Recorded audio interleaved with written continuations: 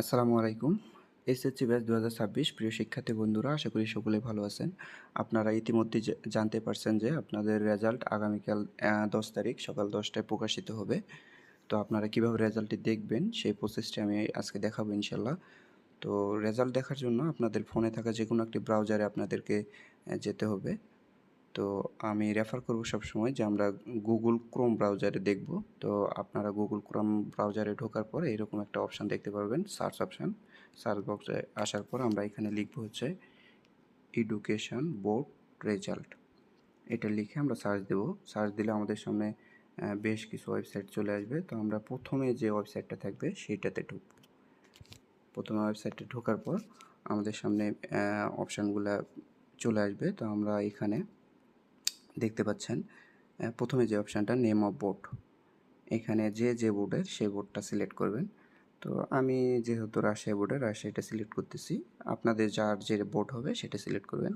তারপর হচ্ছে name of examination, এখানে অবশ্যই আপনারা এসএসসি দাখিল যেটা এটা দিবেন। তারপর হচ্ছে এক্সামিনেশান অফ ইয়ার, এইখানে আপনারা 2026 দিবেন যেহেতু 26 সালে পরীক্ষা দিয়েছেন।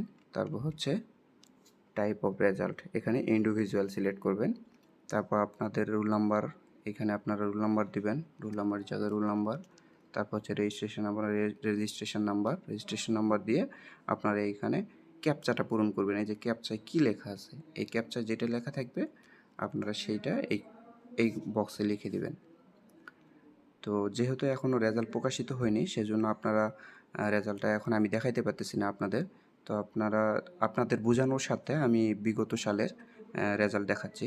আমি 20 সালে পরীক্ষা দিয়েছি, 20 সালের রেজাল্টটা আমি আপনাদেরকে দেখাই, তাহলে বুঝতে পারবেন। আমি 20 সিলেক্ট করে দিলাম, ইন্ডিভিজুয়াল সিলেক্ট করলাম, তারপর রোল নাম্বার, এখানে রোল আমি আমারটা দিয়ে দেবো, তাহলে দেখা যাবে 13-01-21, এটা আমার রোল।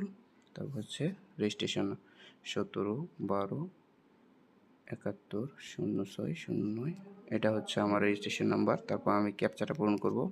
ক্যাপচাতে আছে হচ্ছে 80-44, আমি দিয়ে দিলাম, দিয়ে আমি ভিউ রেজাল্ট দিলাম। তো দেখতেই পাচ্ছেন আমার সামনে আমার রেজাল্ট শো হয়ে গেছে।